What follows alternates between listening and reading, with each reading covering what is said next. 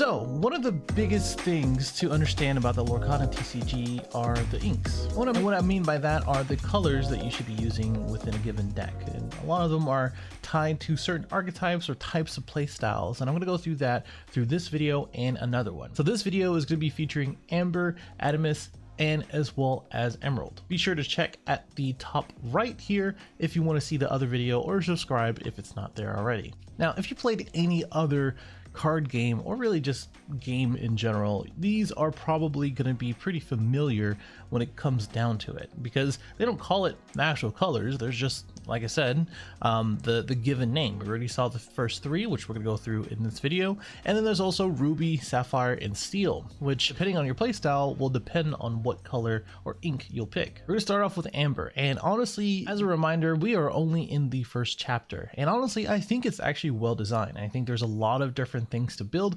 and honestly, if I had to take or give you a too long didn't watch type of thing, you should probably be leaning towards Ruby, Steel, and as well as Amethyst in order to build probably one of the better decks in the format. Now, when we're talking about Amber, well, I think it is more of a complementary ink, right? It's not something that people will be reaching out to and building things around. There are a few different archetypal cards, or at least main big cards, that you can say, hey, I want to build based on this card. You know, it's not very, unheard of to build around Stitch or Moana. Now, this actually features a lot of healing, a lot of bodyguards. It's one of the 2 or 3 colors. I think it's only 2 colors. This one is Steel, and that actually has bodyguards. So if you're going to be healing a lot, those bodyguards are going to be out there taking that damage and having high health totals. Speaking of, there's damage removal. So throughout items, and as well as different glimmers characters that are actually going to be healing, there are reduced or free types of cards or like actions that you can use in order to play things for cheaper, for 1 less, 2 less, or even for free. And honestly, in Amber, I think, you know, one of the things that you really want to do is just have that board presence. You do probably want to have some protection, and if you don't have protection for your board, or at least like those lower cost cards, then you're just probably not going to even care, right? You're just going to have like 1 or 2 costed cards and just throwing them out there throughout the game. Here are a few cards that you can focus on when it comes down to Amber. Moana is pretty cool because she focuses on princesses, where basically you can swing with them twice, or you can quest with them and then swing, whatever it may be. Basically, she says that you get to ready up one of your princesses and then they just can't request for the turn, but that doesn't mean they can't attack or challenge, right? Rapunzel's really cool because she can remove up to 3 damage from one of your characters and draw 1 for each, which is honestly super strong. Like, she's a 1/5, so both her, Moana, and as well as Rapunzel are not very strong, but their effects are strong. Not to mention that Moana has 3 lore, which means you quest with her and then you ready and you do a bunch of other stuff in order to loop those things. And Rapunzel is really cool because if you are playing high costed bodies, or at least high health bodies like those bodyguards, or really like if you're playing a ramp deck and you play something into like 6, 7, or 8 ink, then you can go ahead and just use Rapunzel's effect in order to keep that draw going. Now, Stitch is interesting. Stitch is one of those decks that I think as you get into the Lorcana TCG, you're probably going to hear about Stitch. You're going to see this card pretty much immediately, because I obviously come from Dragon Ball. If you've seen all my other content, if you look at my channel, I come from Dragon Ball and other Bandai card games where you do want to draw a lot, and Stitch enables that. As soon as you get this guy out and then you start playing 1 or 2 cost cards immediately after, because you can just fill pretty much your entire deck with them, you're gonna be drawing pretty much every single time that you play them. And then because you have that kind of draw power, they replace themselves, you're not really too worried about them getting removed or whatever. However, there are a few things like in red where you can get board wiped, or in steel you can get board wiped, which is why some people kind of lead into Stitch, draw a lot of cards, have a lot of fun, and then get ran into some of the meta defying cards that actually get ran over, or they ran over them type of thing. So just keep that in mind. I think Stitch is really cool, but it's not great for longevity. Now Hades is cool. Hades kind of enables you to pick up any of the character cards that we see here, or really any other inked color cards, right? It doesn't really matter. So if you want to do something over and over again, Hades is going to be one of those guys in order to play those cards out. And especially if you're playing red, where you can just grab something back and then use their rush effect or reckless effect or whatever it may be over and over again. All right, let's move on to Amethyst. And I think this is a very strong color. You know, after playing pretty much every ink color and a bunch of dozens of games at this point online, and as well as through proxies, I think this is this is a very good color. I think this is a color that people will lean into, right? It does have a lot of spellcasters and sorcerers, so in the future when we have those themes and things like that that bring these ink colors together, this is going to be one of those things, right? I think definitely we're going to see like trait based things. We already see it with the magic brooms, and as well as Mickey and a couple other things. Now again, I think this is a good color, but it also has really good growth. I think it can go the distance when it comes to being paired with really any other color, right? Because there's a lot of control abilities. You can exert things and keep your opponent, stay exerted, and as well as just draw, right? There's the queen, there is the 3-cost action card we're going to go through. There's a lot of stuff that you can just keep drawing cards, and again, you can just pair this up with any color that requires consistency or needs consistency, and you're gonna have a good time. Here are a bunch of cards that are relevant to what I was saying. So Yzma is interesting, right? Yzma is just a lowly 2-cost that can kind of combat all of these 1 and 2 costs with her 2 and 3 willpower and health, right? So she's cool because you get to look at the top card of the deck and then put it at the bottom if you need to. I think in lists, we're kind of leaning away from Yzma because she can get easily removed through challenges, and as well as just removal through like steal or something like that, which is why Ursula's Cauldron is a little bit better, where this is an item, it just stays in your field and you can just exert it to look at the top 2 cards of the deck and then look at the put one on the top and one on the bottom, which is kind of the same thing as Yzma, but not really. But all comes together where you have this unconditional draw between Fresno on the other side, and as well as Queen. Queen stays out, you can exert her and then draw her, and she's just a hefty 4/5. That lore is not that great. That one lore is not worth it when you can just draw those cards. And Friends of the Other Side is cool because it is an action song, which means you can just play it for free with some of the other stuff you can pair with, like let's say Tinkerbell, right? Tinkerbell is a really good card in steel, whereas a 2/4 it can just survive a lot of different challenges, and if you just use her for songs, you can free up your other inkwell usage in order to do other stuff, so you can just draw and then go from there. These 2 cards are super good if you're looking to draw or get some draw power and consistency. There are some evasive stuff that is really cool, like the Jetsam is really cool since Flotsam. They kind of pair together, and they're not too badly statted. I wish this guy was a 3/4, not a 3/3, especially with the 4 costs. But because they have evasive, it's not too bad. Pascal is interesting too, because if you have another character, it's only a 1 cost with ink. That's the important part. You'll see some of these really cool cards not have ink, and the really cool cards become really cool because they have they're inkable, right? Pascal is cool because you have evasive as long as you have another card, especially if you have ward on them. This is good if you pair it with Sapphire and you give things ward, things like that. Then Pascal is pretty cool. And then there's Tinkerbell. It's just Tinkerbell. I mean, she just has 2 lore and evasive. That's evasive. Now we're looking into some of the other cool things when I was talking about exerting and putting things into a really controlled state, right? Elsa kind of forces your opponent to say, or to be in a position where they don't want to be, right? She ends up being, or you can exert her, and you can exert one of your opponent's cards, and then you can just swing into it or do whatever. I'm sure there's going to be cards in the future where you can basically remove something that is exerted, that type of thing. Anna also is cool. I don't think it's really worth it. She is a cool 2/4 with the 2 lore. Like, these are good stats, to be honest. Not bad for 4. But if you have an Elsa in play, you choose one of the opponent's characters, and then they can't ready, which is cool because now you have Maui or all these other rush cards where you can just swing into it. Maui's probably the best rush card, and you'll probably have me talk about it when we talk about Ruby, but this is really cool in correlation to some of the stuff that you could be doing in purple.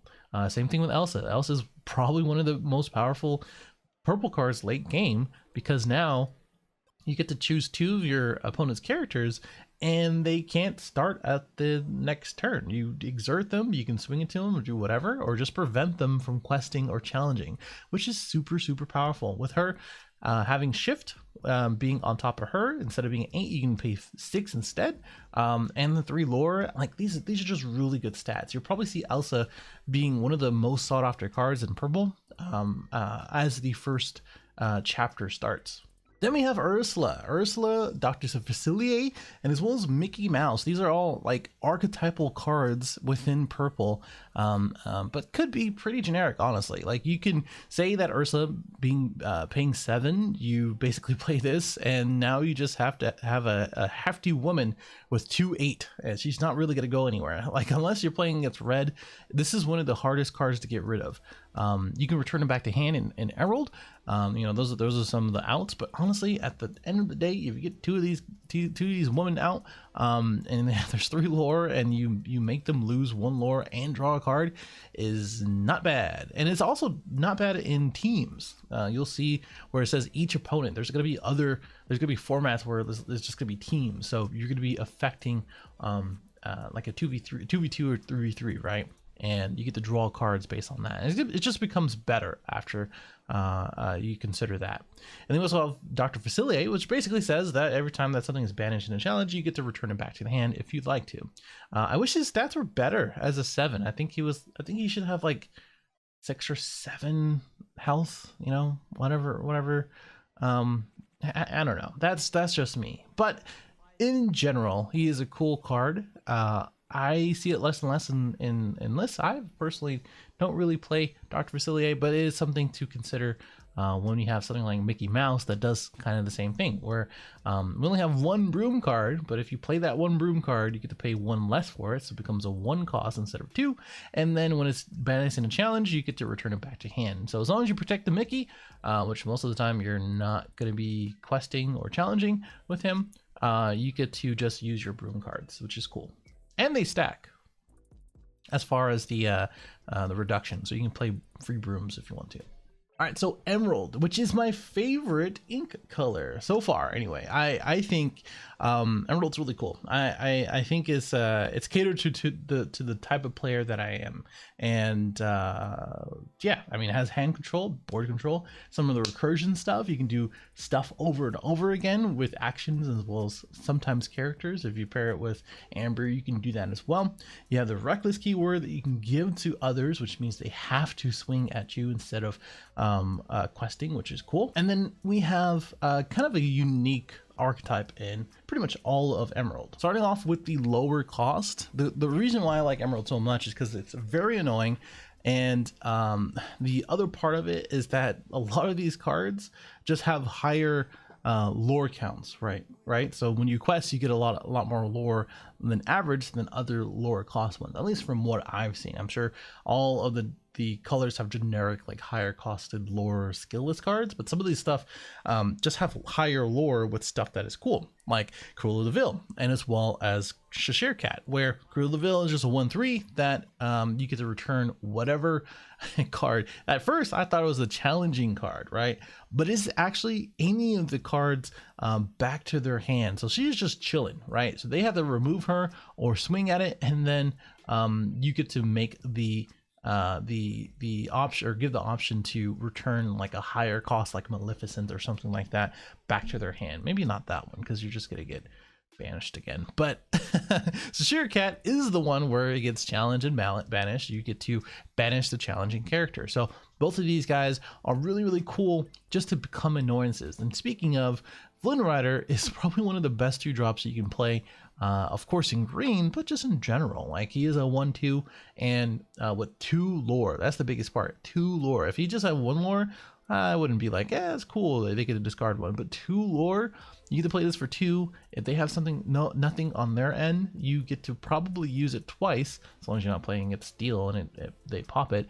And then when they challenge it, they get to discard a card. So you pair this with Amber or the other green cards we take a look at, or Emerald cards we take a look at. It's going to add up when it comes down to discarding. Then we have Hans, which is the only 4-cost 3 lore. I wish it was a 3/4. I wish it was a 3/4. 3/3 is like, 3/4 is awesome. But beggars can't be choosers, and honestly, it's just a cool generic skillless card that you can just throw in at a 2 or 3 in your Emerald deck, and it does get out of hand if they don't do anything about Hans. Like, he just sits there getting 3 lore every turn. It is pretty funny. All right, so I talked about recursion. Well, here's the recursion stuff. We have Sudden Chill, which is basically each opponent discards a card. Again, some of those team formats, the 2v2, 3v3, whatever, those are going to be cool, where each person discards a card. And maybe in the future, we're going to have something where you gain a lore every time your opponent discards a card, like as an item. But right now, it is just more annoyance, right? As a first chapter, there's not a lot of draw power, there's not a lot of like resource gaining, unless you throw in draw power like in Animus. Do it again is interesting, because now you get to return an action card from your discard back to your hand. Lady Tremaine does the same thing. Obviously, it's the same character, but as a character card for 6. Both of these guys don't have any ink. You can't place it in your inkwell, which is bad. I'm gonna have to tell you, it feels bad, because the stuff that I want to do, as in using Do It Again as well as Lady Tremaine with A Whole New World, you want to build a mill deck in order to keep doing those things. It does feel bad, and that's one of the things you have to consider when you build an Emerald deck, or just in general. For these types of cards, that they don't have anything in your inkwell. You have to really be careful, not only for your mulligan, but also your deck building, because a lot of these things kind of add up for action cards, and as well as these two. Mother Knows Best is funny because it returns something back to your hand, and it's a song. Songs are so powerful, because you basically can just pair it up with any cheap 3-cost that you have, or things that they can be a little hefty. Again, like Tinkerbell. Tinkerbell is one of the best, in my opinion, 3-cost to play these songs for free. And you put that again with A Whole New World. You send it back to your hand, and then you sing with A Whole New World, and then it goes right back to trash. If you couldn't tell, I love that card. And then we also have Forgotten Me, where they discard 2. Same thing for the team format. Banish your chosen character with Dragonfire, and then grab your sword to pop.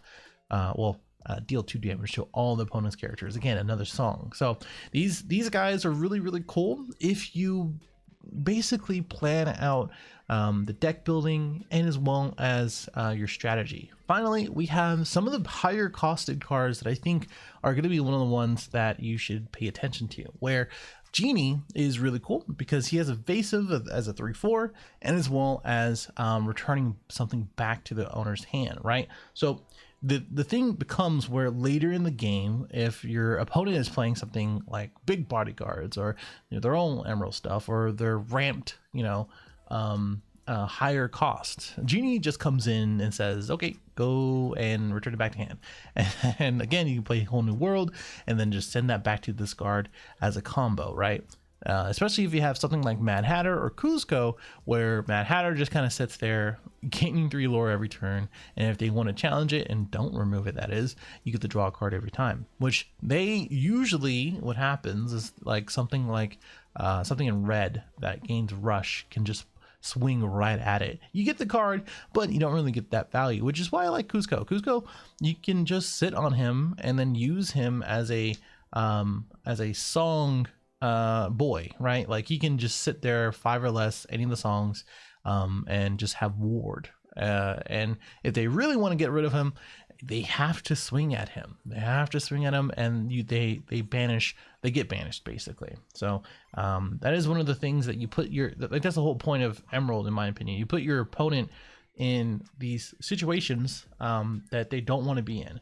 And if you get there, and if it's consistent enough, and you don't brick, then you're gonna have a really good time. And then finally we have Mother Gothel, which I think personally pairs well with like bodyguard stuff. So if you're gonna be playing a Mother Gothel deck, probably play something that has ward or a bodyguard, so that way they aren't challenging her, and as well as can't just spot removal her, right? She is cool as a 3/6. 3/6 is actually not bad as far as stats.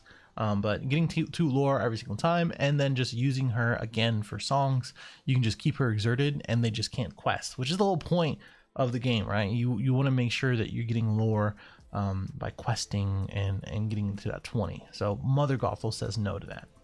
So that wraps up for this video, the part 1 for the first 3 inks. It's just me kind of rambling a little bit, but at the same time, hopefully there's some useful information and just a good wrap up for any given ink color that you're interested in. So definitely subscribe if you're new, and then check out the second video, or the part 2, for the rest of the inks. I'll see you in the next one.